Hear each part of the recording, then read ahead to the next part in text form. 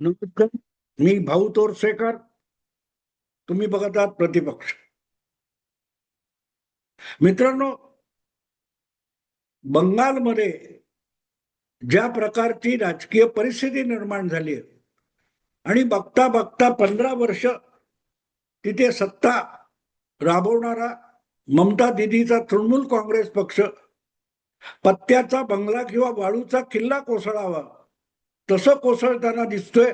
आणि त्यामुळे देशभरचे सगळे राजकीय विश्लेषक विचलित होऊन गेले. त्यांना या सगळ्या कोसळण्याचं अनालिसिस कसं करायचं हे कळत नाहीये. पण हे लोक एक गोष्ट विसरतात की ज्या प्रकारे ममता दिदी चुकीच्या दिशेने जात होती त्याची परिणिती यापेक्षा वेगळी होणार नव्हती. मी सातत्याने गेले 2-3 महिने एक गोष्ट सांगत राहिलो की ममता दिदीचा रस्ता चुकला, ममता दिदी केजरीवाल सारखं अकारण चुका करत गेली. पण असो, आता ते सगळं घडून गेले, त्याकडे वळून बघण्याची गरज नाही. पण मग ममता दिदीचं, ममता बॅनर्जींचं राजकीय भविष्य काय याची चिंता पण अनेक पुरोगामी विश्लेषकांना, संपादकांना सतावते. की संपणार का? ममता दिदीचं राजकारण संपलं का? ममता दिदी आता इतिहासात जमा झाल्या का, इतिहास जमा झाल्या का याची फिकीर अनेकांना आहे. आणि त्याचं कारण सरळ आहे. आजवरचा इतिहास त्या दिशेने बोट दाखवतोय. स्वातंत्र्योत्तर काळात पहिली 25-30 वर्ष बंगालमध्ये काँग्रेसचंच वर्चस्व होतं. साधारण 67 मध्ये ज्या वेळेला इंदिरा गांधी देशाच्या पंतप्रधान होत्या आणि काँग्रेसचं नेतृत्व करत होत्या, अशा वेळेला पहिल्यांदा बंगालमध्ये काँग्रेसला सत्ता गमावण्याची पाळी आली. काँग्रेसमधला एक गट फुटला, डाव्या आघाडीकडे वगैरे गेला, वगैरे वगैरे. पण 77 पर्यंत काँग्रेस सत्तेत होती, सत्तेच्या बाहेर होती.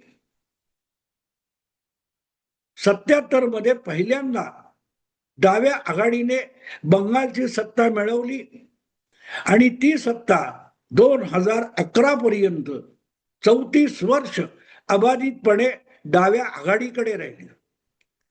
आणि काँग्रेस इतकी नामोहरम झाली, इतकी कमजोर झाली की डाव्या आघाडीला बंगालच्या सत्तेवरून बाजूला करण्याची इच्छाशक्ती सुद्धा बंगालच्या काँग्रेसकडे राहिली नव्हती. आणि जे काय 8-10 लोक नव्या नामाचे, नव्या वयाचे होते, तरुण तुर्क होते, ममता बॅनर्जी सारखे होते, त्यांना डाव्या आघाडीला हरवण्याची दुर्दम्य इच्छा होती. पण दिल्लीत बसलेले जे काँग्रेसचे हायकमांड होते, मग ते नरसिंहराव असतील, सीताराम केसरी असतील किंवा नंतरच्या काळात सोनिया गांधी असतील, यांना बंगालमध्ये डाव्या पक्षांना आणि डाव्या आघाडीला दुखावण्याची इच्छा नव्हती. त्याचं कारण साधं सरळ होतं. स्वबळावर बंगाल जिंकणं शक्य नाही, पण दिल्लीच्या केंद्रीय सत्तेमध्ये ठिय्या देऊन बसायचं असेल तर वेळ प्रसंगी पुरोगामित्वाच्या नावाखाली बंगालच्या डाव्या आघाडीच्या खासदारांचा पाठिंबा मिळवता येतो. तुम्हाला आठवत असेल तर 96 साली डाव्या आघाडीच्या पुढाकाराने आणि काँग्रेसच्या पाठिंब्याने देवे गौडा हे पंतप्रधान झाले.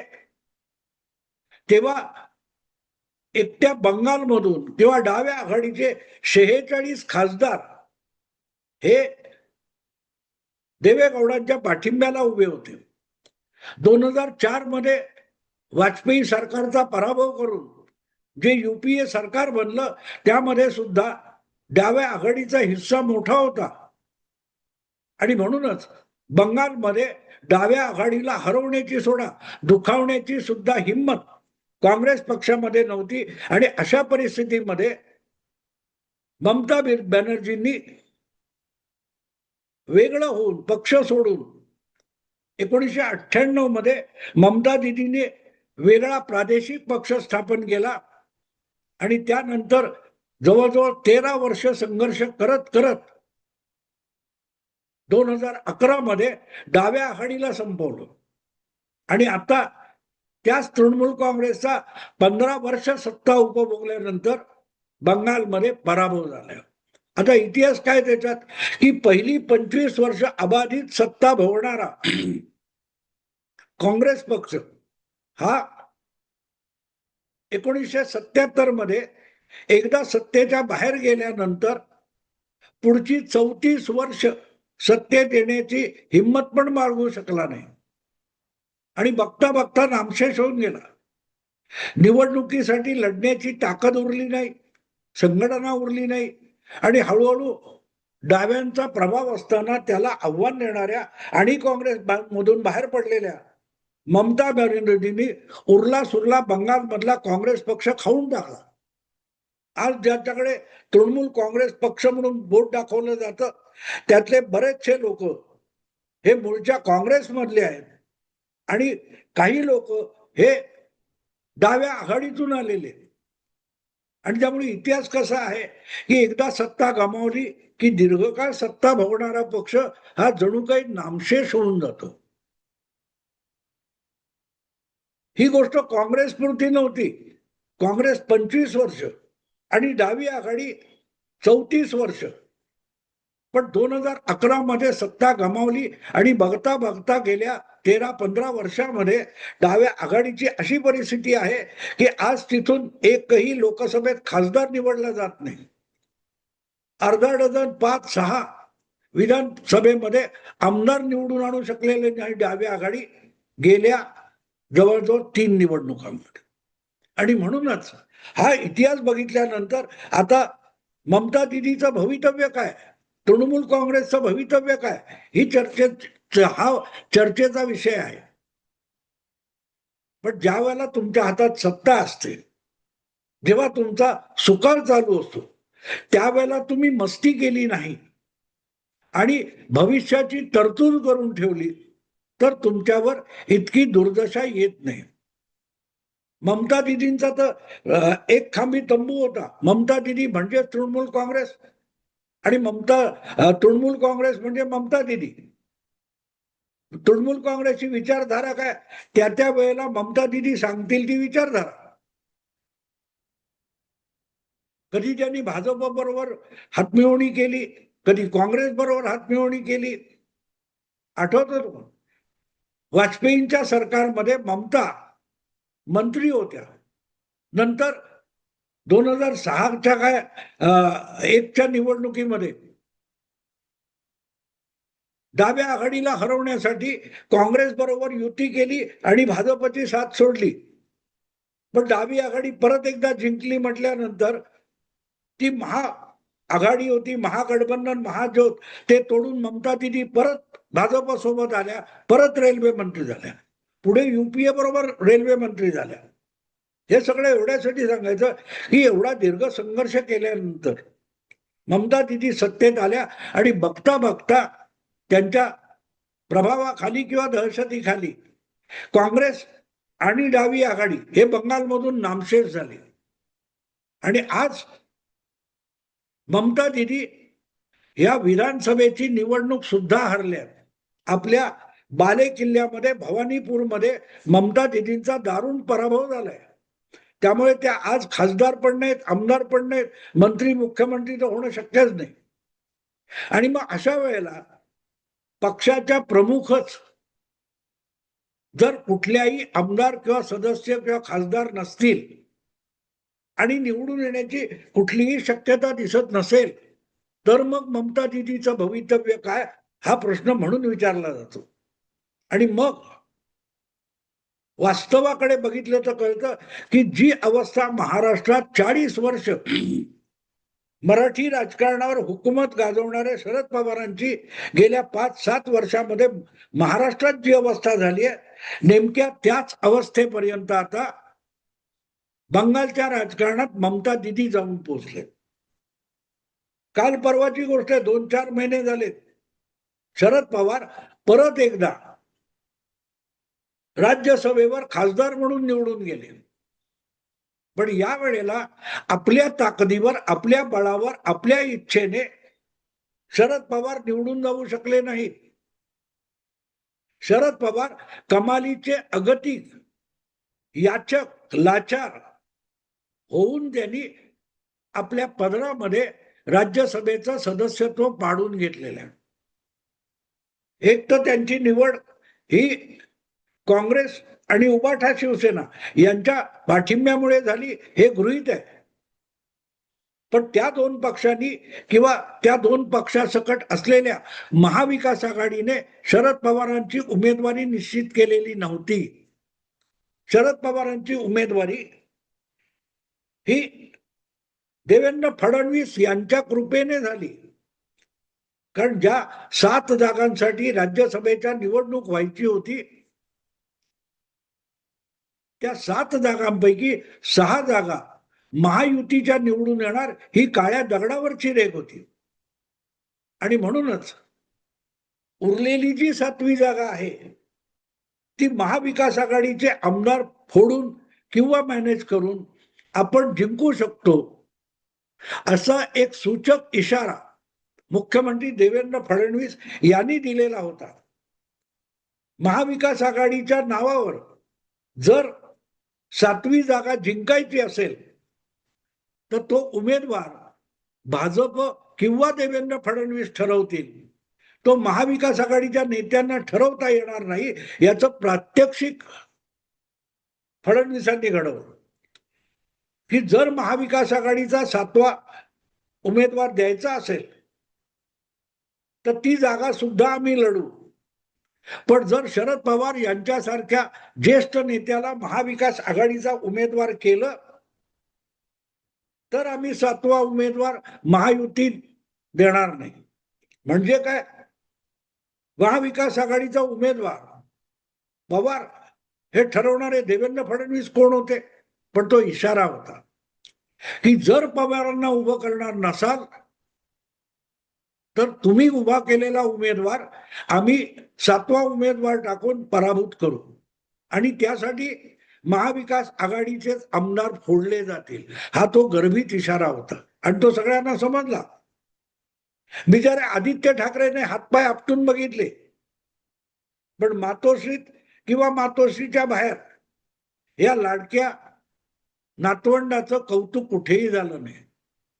चिडीचूप काँग्रेसला आणि उबाठा शिवसेनेला शरद पवारांना पाठिंबा द्यावा लागला. कारण एक जागा तरी विरोधकांच्या पदरात पडते, ती पदरात पाडून घ्यायची. तर मग तक्रार करायला जागा नव्हती.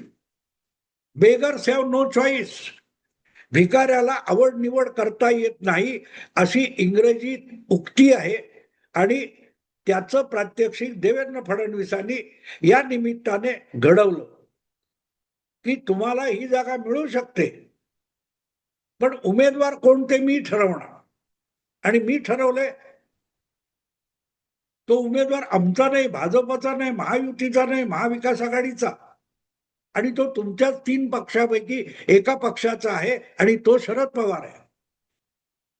आणि शरद पवारांना सुद्धा मान खाली घालून स्वबळावर निवडून येता येत नाही, ही जी दुरावस्था शरद पवारांची झालेली आहे, नेमक्या त्याच अवस्थेत आज बंगालच्या राजकारणात ममता बॅनर्जी आहेत. त्या लोकसभेत नाहीत, त्या विधानसभेत नाहीत, त्या राज्यसभेत नाहीत. असं ऐकायला सुरुवातीला मिळालं होतं की एका राज्यसभा खासदाराने त्यांच्याच पक्षाच्या राजीनामा द्यावा आणि ममतासाठी जागा मोकळी करावी. पण एका जागेसाठी जिंकणं एवढे आमदार पण ममता दिदीकडे नाही. जे काय 80 आमदार ममता दिदीकडे निवडून आलेले आहेत त्यातही फाटाफूट झाली. आणि जर 80 मधले 60च्या आसपास आमदार जर ममताच्या विरोधात दंड थोपटून उभे राहिले असतील, शड्डू ठोकून उभे राहिले असतील, तर आत्ता उद्या कधीतरी ज्या राज्यसभा निवडणुका होतील तेव्हा ममता दिदी राज्यसभेत सुद्धा जाऊ शकत नाहीत. म्हणजे त्यांच्या समोर एकच पर्याय राहतो की कुठल्या तरी पोटनिवडणुकीमध्ये विधानसभेत निवडून यायचं. कारण 2 जागा बंगाल विधानसभेच्या रिकाम्या होणार आहेत. एक म्हणजे मुख्यमंत्री झालेले शुवेंदू अधिकारी यांनी नंदीग्राम आणि भवानीपूर या दोन्ही जागा जिंकल्यात. त्यांनी भवानीपूर हा आपल्याकडे ठेवलेला मतदारसंघ आहे आणि नंदीग्रामची जागा सोडलेली आहे. त्यामुळे नंदीग्राम मध्ये आज ना उद्या नजीकच्या काळात पोटनिवडणुका होतील आणखी 2-3 महिन्यामध्ये. किंवा ममता दिदीच्या पक्षातून बंडखोरी करून बाजूला होत नवा पक्ष स्थापन करून जो बाबरी मशीद बांधायला निघाला होता मुर्शिदाबाद किंवा कुठे, तो हुमायून कबीर हा सुद्धा स्वतःच्या पक्षातर्फे 2 जागी एकाच वेळेला निवडून आलाय आणि त्यामुळे 2 पैकी एका जागी हुमायून कबीरला सुद्धा राजीनामा द्यावा लागणार आहे. त्यामुळे आपण ममता दिदीसाठी 2 पैकी 1 जागा सोडायला तयार आहोत. ममता दिदीला आपण निवडून आणतो अशी ऑफर या हुमायून कबीरने दिलेली. थोडक्यात ममता दिदीची अवस्था बघा. स्वबळावर त्यांना राज्यसभा गाठता येणार नाहीये, कारण उरले 15-20 आमदार आणि त्या 15-20 आमदारात उद्या कधी निवडणुका होतील तेव्हा राज्यसभेत जाण्याची काय ती संख्या ममता दिदीकडे शिल्लक उरलेली नाही. दुसरीकडे नंदीग्राम तर त्या मुख्यमंत्री असताना पराभूत झाल्या शुवेंदू अधिकारीकडून. तो त्यांचा बालेकिल्ला आहे आणि तिथे जाऊन परत एकदा पराभूत व्हायचं का? म्हणजे इकडे आणि तिकडे विहीर. थोडक्यात ममता दिदीची अवस्था अशी आहे की भाजप, शुवेंदू अधिकारी, अमित शाह यांच्या कृपेने कुठून तरी लोकसभा, राज्यसभा किंवा विधानसभेत निवडून यावं, अन्यथा आपल्याच घरात ठणाणा करत बसावं. पवारांची जी आज दुरावस्था आहे त्यापेक्षा ममता दिदीची दुरावस्था आहे का बघा. फडणवीसांच्या कृपेने पवार राज्यसभेत पोहोचले. आता अमित शहाच्या कृपेने ममता दिदी कुठल्या तरी सभागृहात दिसतील का? कारण त्याच्यावर त्यांचं अस्तित्व अवलंबून आहे, राजकीय अस्तित्व अवलंबून आहे. दोघांची अवस्था सारखी झाली आहे.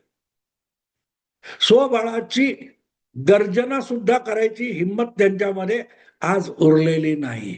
मित्रांनो, विषय आवडला लाईक करा, शेअर करा आणि प्रतिपक्षाला सबस्क्राईब करा.